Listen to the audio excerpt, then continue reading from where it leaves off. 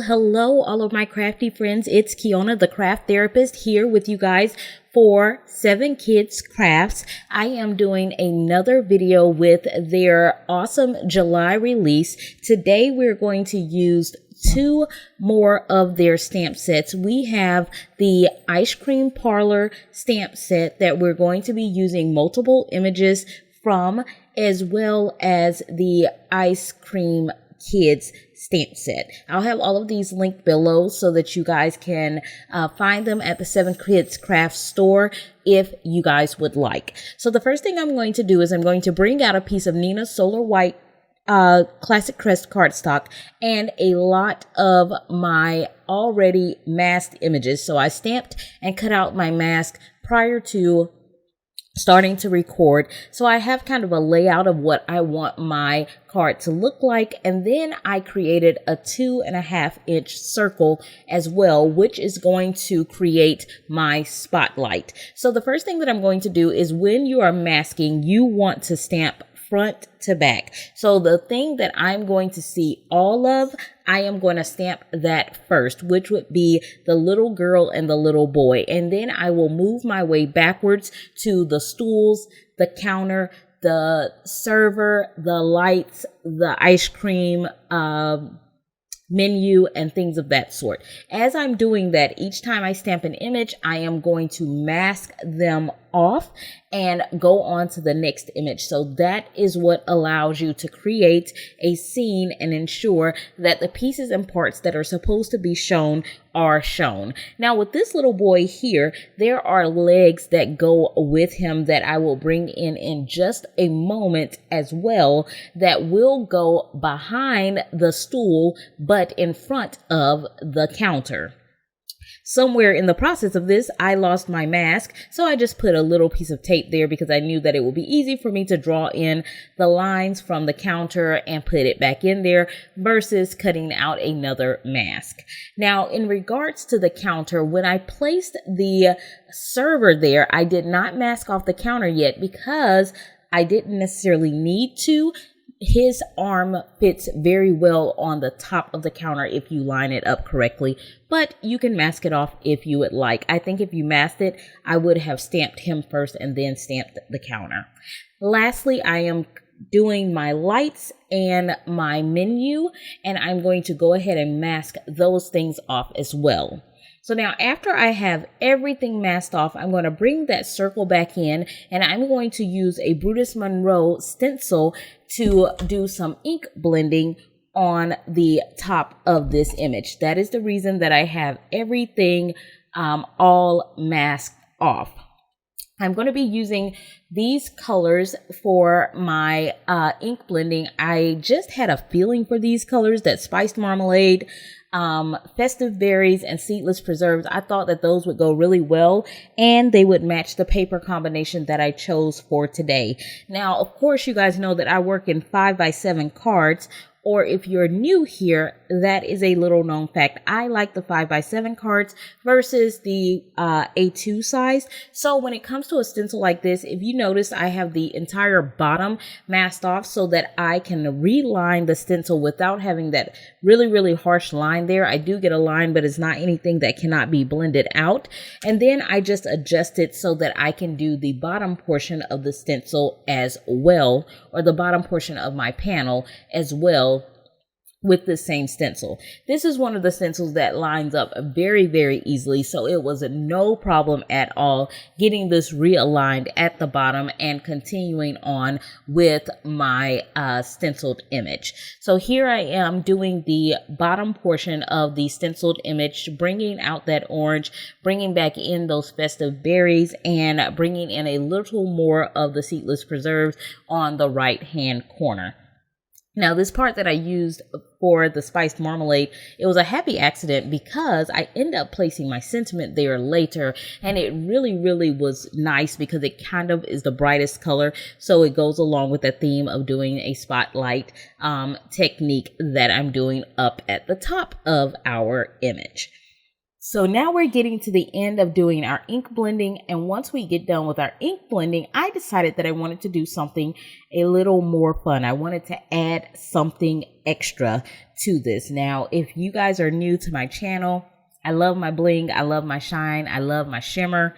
And so what better thing to do than Nuvo Moonstone Glimmer Paste? Now, I use press and seal over the top to keep my Glimmer Paste from drying out, and it does an awesome job. I probably haven't used this in a couple of months, and it still works very, very well.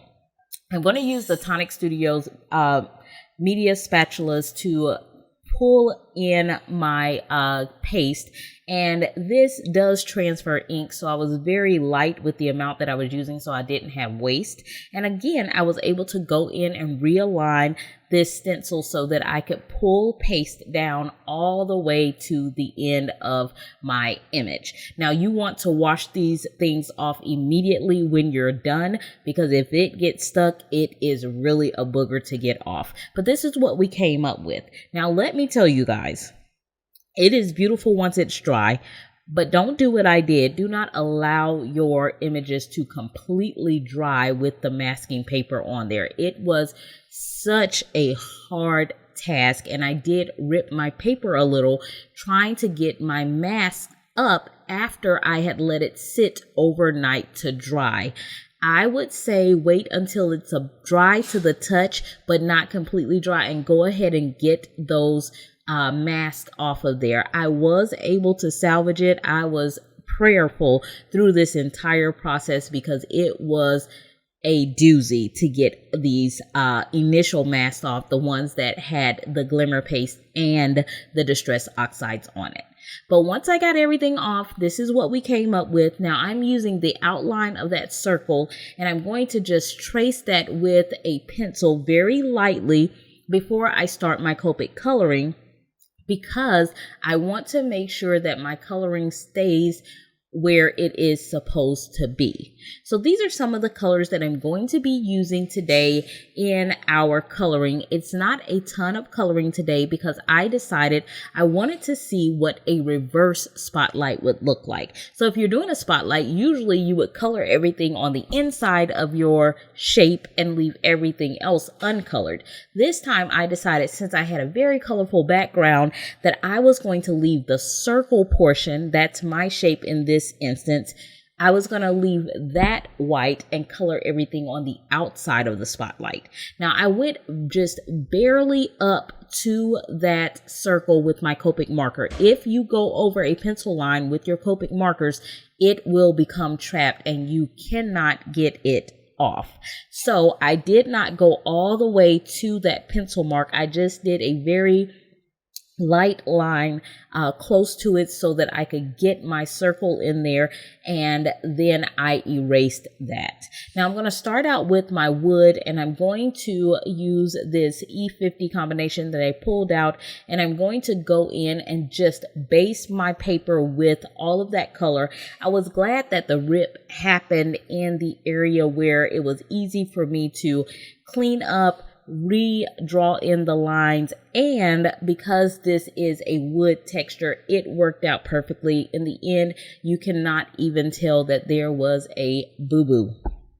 So I'm just going to base my entire paper to get down my base of colors so that the colors will blend better, because as I'm putting in my next two colors, I will not be exactly going in any sort of consistent fashion. I'm going to try to work on putting some texture. I want it to look kind of like a wood grain. So I'm just going to be taking those next two colors and drawing squiggly lines throughout it so that I am able to give that a little bit of texture and make it look as if it is an actual wooden counter.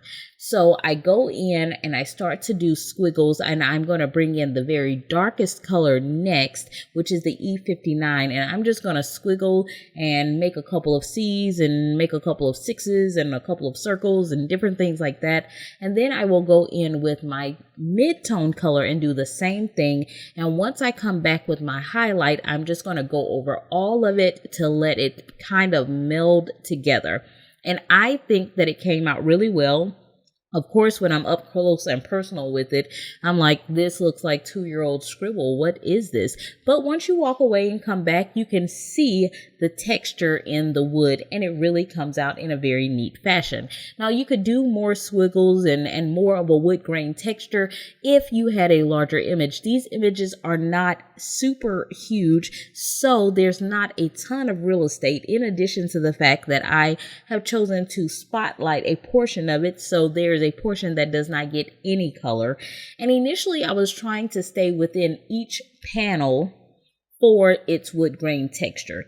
I started going a little bit differently once I got to my mid-tone color, but I still primarily stayed panel to panel. And you can just see I'm just barely touching it with my marker. I'm letting it skip. I'm making little squiggles and everything that I can to try to give a little bit of texture and make this look as if it is a wood texture.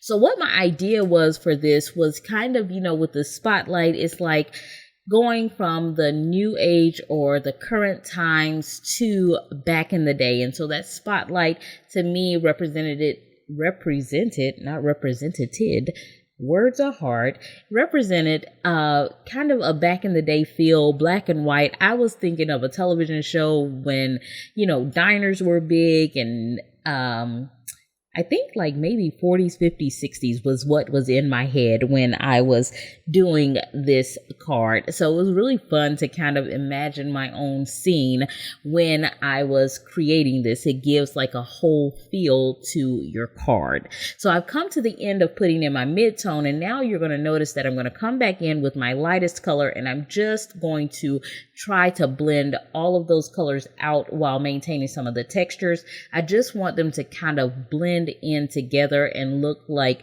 they are meant to be in the same place. I wasn't necessarily looking for a seamless blend. I wanted to keep all of that texture, but alcohol inks move together, so that's why I wanted to go back over it. Now for the actual countertop, I came in with those same colors, and I actually did blend the colors out, trying to ensure that I stayed outside of my circle. So once I get done with that, then I will move on to coloring the stools.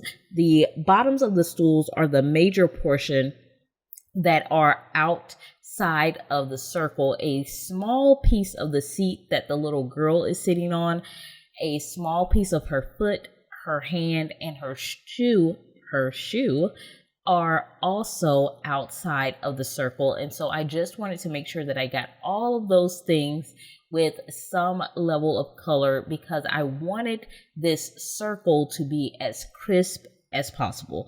Now, hindsight being 2020, I likely would cut out a second circle if I did this again. Because if you place the circle in the spotlight area, you would not have to worry about drawing a pencil mark. You wouldn't have to worry about mistakenly going in the wrong area.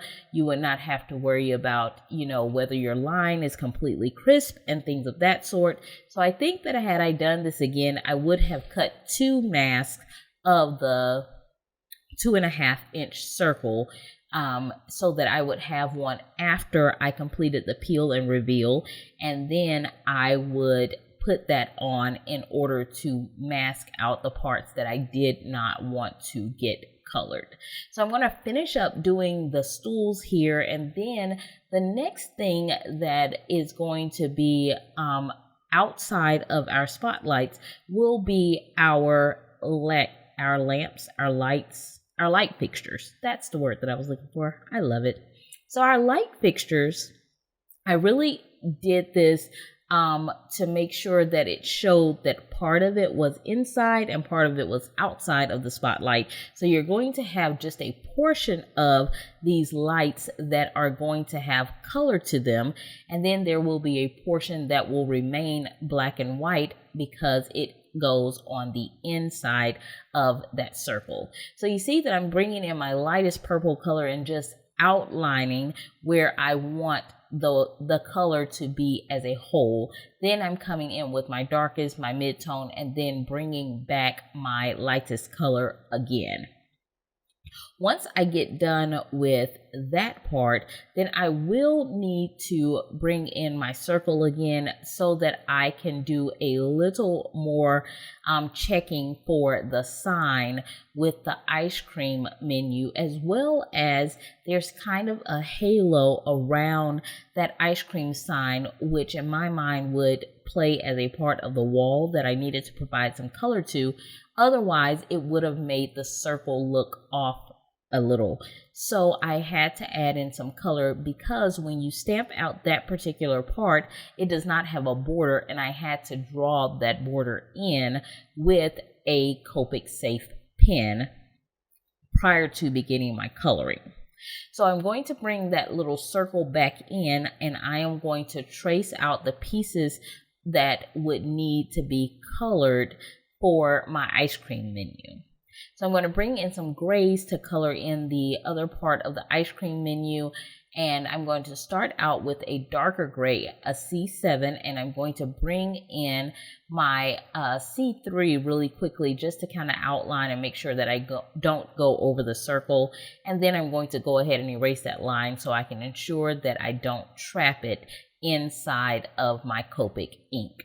I'm going to bring in that C3 and go over that entire area, and then I will come back and do that C7. I'm going to do a C5, and then I'm going to do a C3 to kind of finish blending that piece out. Now for the small portion that's going to be the wall, I only used one color because it was really not a major area. I just felt as if it needed to have the color there because without it, it would have caused my circle to look a tiny bit off balance, and I did not want that to happen at all. I was very tedious and very aware of what I was doing when I did this image because I really wanted that spotlight circle to be as crisp as possible as I was doing it. So I'm just going to go in and color that very last little corner on the ice cream menu, and then the wall that surrounds it. I am going to use a YR marker to just go right around that. I think that it matched pretty well with the spiced marmalade color that I used to complete my ink blending initially. So I'm just going over and doing that and ensuring again that I stay within what my circle is. Once I get that done, that will complete our coloring, and this is what we have for our spotlight. I really think that it came out pretty awesome. So the next thing that I'm going to do is I had my Cricut write out a sentiment that I wanted, and it says miss you. I had it cut that 4 times, and I'm going to place that on the bottom of my card. And this is where I thought that orange strip would highlight this miss you very well, and it just seems like it fit perfectly right there. I'm bringing in my art glitter glue that I get from maymaymadeit.com, and I am going to glue together all 4 of these Miss You images, and I'm going to show you how thick they stack up. I love having this chipboard look to my images. It really provides a lot of stability and sturdiness. And then again, if you are new to my channel, this is something that you will see frequently: vinyl. I love to place vinyl over the top of my sentiments to give a little extra shine. So I used Magic Cover to transfer that onto the cardstock piece, and this is what we have. I bring my panel back in, and I was a little bit skeptical about using liquid glue, but I just made sure that I glued it very well, and then I placed it under something very heavy to allow that time to adhere. While that's adhering, I'm going to bring in my inside panel. I did have my Cricut write just this little 2 word because there was not one in the stamp set to match what I wanted my sentiment on the inside to say. I'm going to use my Versafine Onyx Black ink to stamp out my inside sentiment, which says, "Treat yourself." I love that. "To sweet memories with sweet friends." And all of those sentiments come in the stamp set. So then I took the little images that were left in the primary stamp set, and I just sprinkled those down the side. Now I'm bringing in some Cricut pattern paper and some Cricut cardstock, and I'm going to use those as my panels or my mats for my card panel. And these are cut at, the black is 7 by 5 or 5 by 7, and then the orange and purple is 6 3/4 by 4 3/4, and my card panel is 4 1/4 by 6 1/4. So this is the way that I typically do my card. I like to have a couple of layers within my cards. It is just something that I enjoy doing. It's my little corner of the world. This is my little thing. And I love to decorate the inside as well as the outside of my cards. So I'm going to do the same type of panel matting on the outside of the card that I did on the inside of the card. And I'm going to go ahead and glue those down as straight as I possibly can. Then I'm going to bring back that image that we used. And I decided that I wanted to take a piece of fun foam and bring that in. And so I cut that down to 4 by 6 so that it wouldn't be exactly the same size as the panel. And this fun foam comes with an adhesive back on one side, which makes it easy to stick it to your panel, and then I will just use my art glitter glue to glue that on to our card mats. Once I get done gluing that onto my card mat, I will bring in our card base. Now our card base is going to be a 100-pound card base. That is usually what I like to use. I love a thick and sturdy, substantial card with my multiple mats and my 100-pound cardstock. I'm going to use my bone folder to make sure I have a nice crisp fold there. And I'm going to go ahead and start adhering these panels inside the card. Now these panels fit the entire front of the card because that black panel was cut to 5 by 7. So once I get that part in, that is going to pretty well complete our card for today. I hope that you guys enjoy. I hope that you guys loved this card as much as I did. I hope that you guys will like, subscribe if you have not, and please make sure you leave me a comment because I absolutely look forward to chatting with you guys in the comment section. And I will be seeing you guys again really, really soon in my next video. Bye-bye.